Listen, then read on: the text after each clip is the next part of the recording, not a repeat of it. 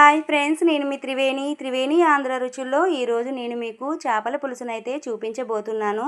ఈ చేపల పులుసు నీచు వాసన అనేది లేకుండా చిక్కటి గ్రేవీతో ఎలా ప్రిపేర్ చేసుకోవాలో చూసేయండి. బిగినర్స్ కూడా ఎప్పుడు ట్రై చేసినా ఒకే రుచితో రావాలి అంటే మన వీడియోని చూడాల్సిందేనండి. వీడియో స్టార్ట్ చేసేద్దాం పదండి. ముందుగా అయితే నేను ఇక్కడ ఒక చేప 2 కిలోలున్నర అండి. ఈ చేప పేరు గడ్డి చేప. దీనికి వేస్ట్ అంతా తీసేటప్పటికి 2 kgs అయితే అయిపోయింది. దీన్ని 10 సార్లు క్లీన్ చేసి పక్కన పెట్టుకోండి. ఇప్పుడు 2 కిలోల చేపలకి 150 grams చింతపండునైతే ముందుగానే నానబెట్టుకొని పక్కన పెట్టుకోవాలి. పులుపు అనేది ఎక్కువగానే పడుతుంది కాబట్టి చింతపండు కొంచెం ఎక్కువ మోతాదులోనే తీసుకోవాలి. చింతపండు మునిగే వాటర్ వేసి పక్కన పెట్టుకోండి. ఇప్పుడు ఒక మిక్సీ జారీ తీసుకొని మసాలా కోసం 2 టేబుల్ స్పూన్ ధనియాలు, 2 టేబుల్ స్పూన్ జీలకర్ర, ఒక అర స్పూన్ మెంతులు, అలాగే 1 ఇంచు అల్లం ముక్క, 10 నుంచి 15 వరకు వెల్లుల్లి రెమ్మలు, 4 ఎలచి, 1 స్పూన్ గసగసాలు వేసి దీన్ని బరకగా పట్టించుకోవాలండి.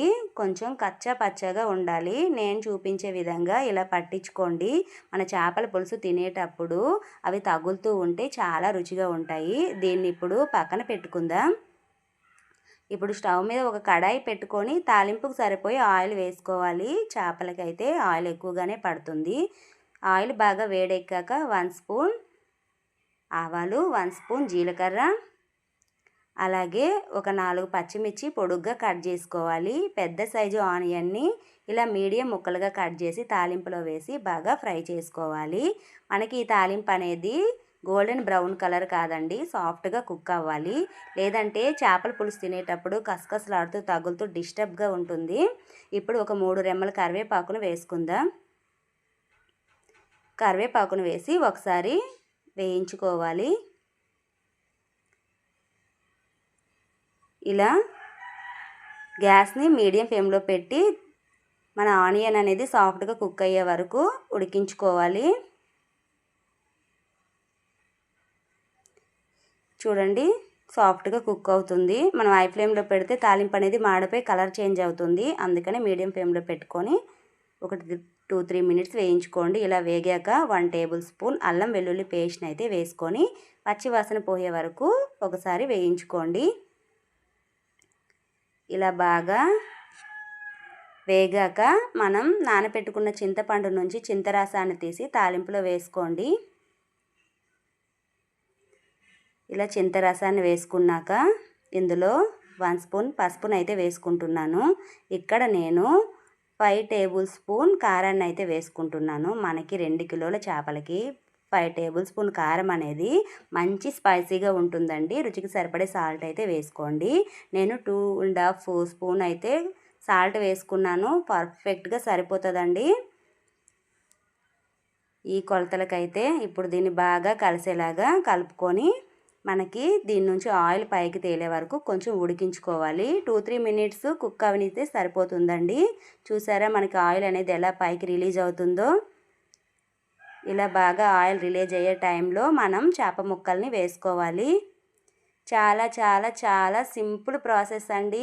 ఎప్పుడు చేసిన టేస్ట్ అయితే అదిరిపోతుంది. మనకి ఇది ఫంక్షన్ స్టైలా, హోటల్ స్టైలా అని అనకండి.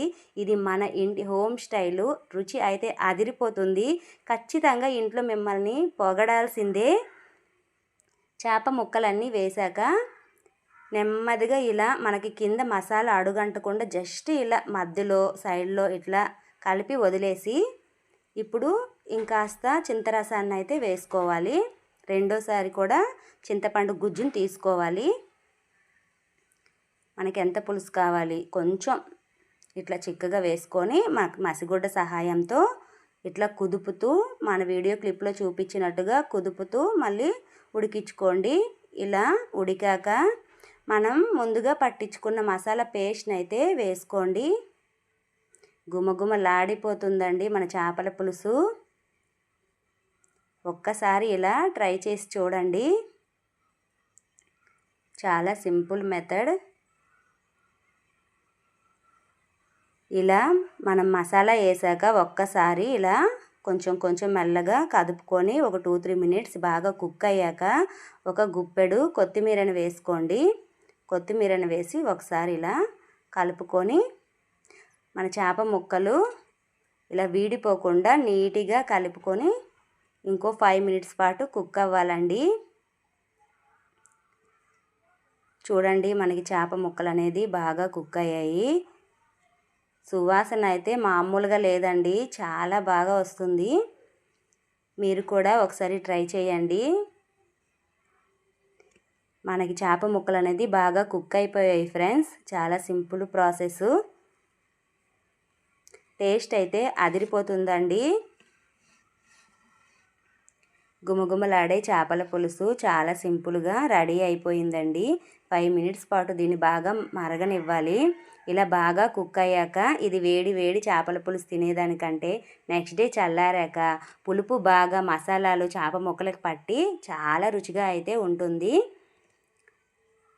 మన చేపల పులుసు అనేది రెడీ అయిపోయింది ఫ్రెండ్స్. స్టవ్ బంద్ చేసేసుకొని మనం వేరే ప్లేట్లోకి అయితే తీసుకుంటే మన వేడి వేడి చేపల పులుసు రెడీ అండి. చాలా టేస్ట్గా ఉంటుంది. ఒకసారి మీరు కూడా ట్రై చేయండి, రుచి అదిరిపోతుంది. Thank you friends. Thank you for watching.